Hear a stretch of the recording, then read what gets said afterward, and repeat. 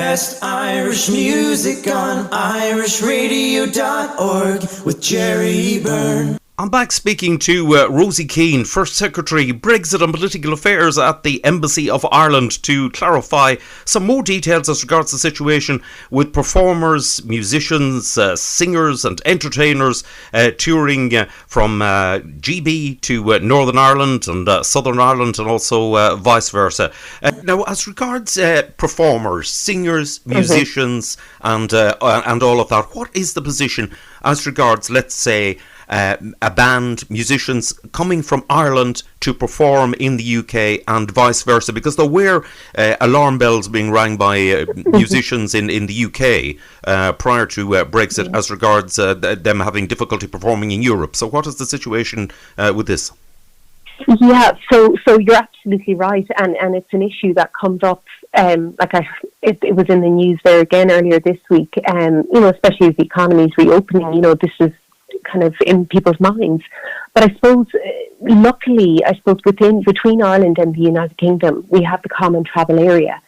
So musicians and their technical crews who are UK citizens or Irish citizens, they do not need a visa or they don't need any other work permits in order to operate or perform in Ireland or the UK. So that's really positive. So we've actually been in touch with the music rep organisation here. It's called UK Music, to make that point clear that, look, musicians based in the United Kingdom can still perform in Ireland and vice versa, and there's absolutely no visa restriction. Obviously, there are visa restrictions for UK musicians going to other countries in the EU, but not Ireland. So once that is, I suppose that's one aspect, but there is also, again, like as we spoke about with moving goods, there are certain documentary requirements. If you are a musician or a touring company and you're moving equipment or musical instruments, and this is because the United Kingdom is no longer in the single market or the customs union, so there will be certain documentary requirements that will apply. So say, for instance, if you're a touring company and you're bringing in lots of really huge rigs and lighting equipment, you may need a document called an ATA carnet.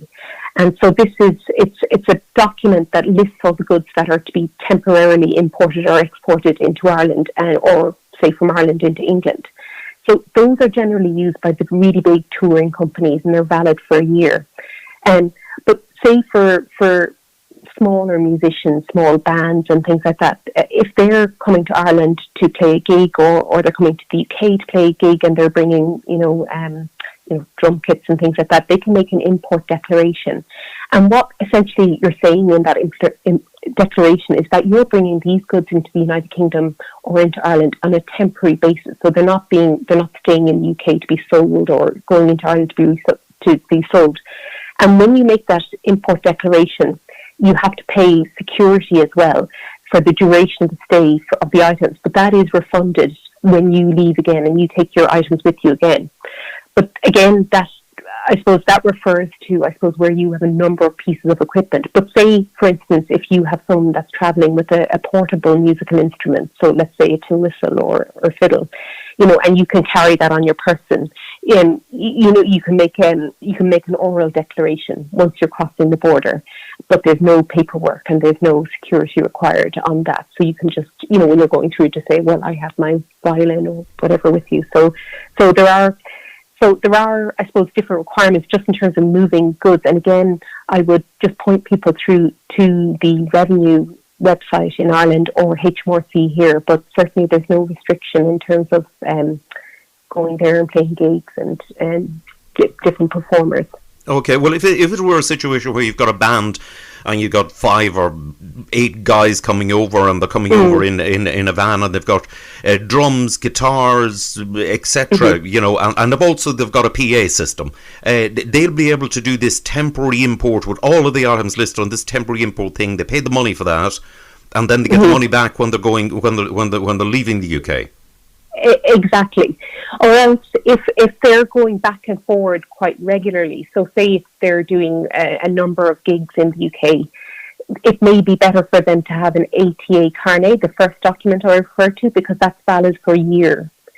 So it would list all the instruments, so it's almost like a pre-approval form. But it depends on your circumstances. So definitely I would say, get in touch with HMRC here or Revenue, and they will be able to tell you what works best for you. So it may be the case that an import declaration is the most straightforward and simplest way of facilitating, say that example that you provided there. Right. Now, what is the cost of actually getting that particular document that lasts for a year? It would depend. It would depend, I suppose, say on what the equipment is, how much equipment is. I wouldn't really be able to give a figure. Again, I would say, to contact Revenue or HMRC, because it would really depend on the particulars, I suppose, of what was being shipped and the value of the goods being shipped. Rosie, as regards musicians and performers and entertainers travelling with their equipment, instruments, PA equipment, what is the situation for musicians travelling from the UK to Northern Ireland?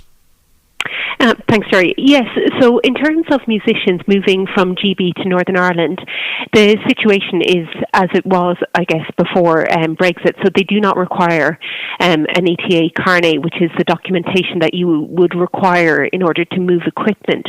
However, it's just your listeners should be aware, though, that if that performer, if they come to Northern Ireland from GB and then decide to travel south, and if they have equipment with them, they will need to complete a carnet document. So while they may not be checked, say in terms of when they go south, you would still have to fill in that paperwork and have it on your person if you have equipment. Okay, so you'll have to do it if you're going to the south. Now, if an act is travelling, for example, a band together with, let's say, musical instruments and PA equipment from the north of Ireland to the GB, they won't require a carnet either? No, they won't. And what is the position as regards a band based on the Republic of Ireland who, for example, travel to Britain and they travel through Northern Ireland? They will require a carnet? Yes, so for movements from Ireland into the United Kingdom, you would need to complete an ATA carnet. But also recall that an ATA carnet may not be appropriate for the circumstances. So say, for instance, if it's a musician travelling with just a small piece of equipment, like say a musical instrument, they would not have to provide an ATA carnet. They may need to just declare an import declaration.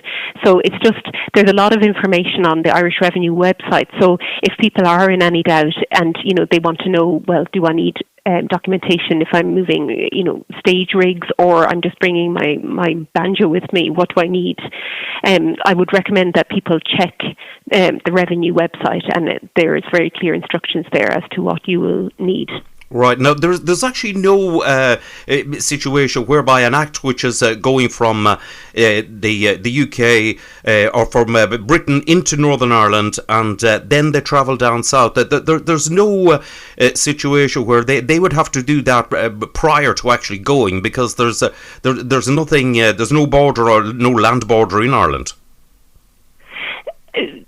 So when they move south, there are no facilities to, I suppose, once you make the crossing across the border, to check your declarations.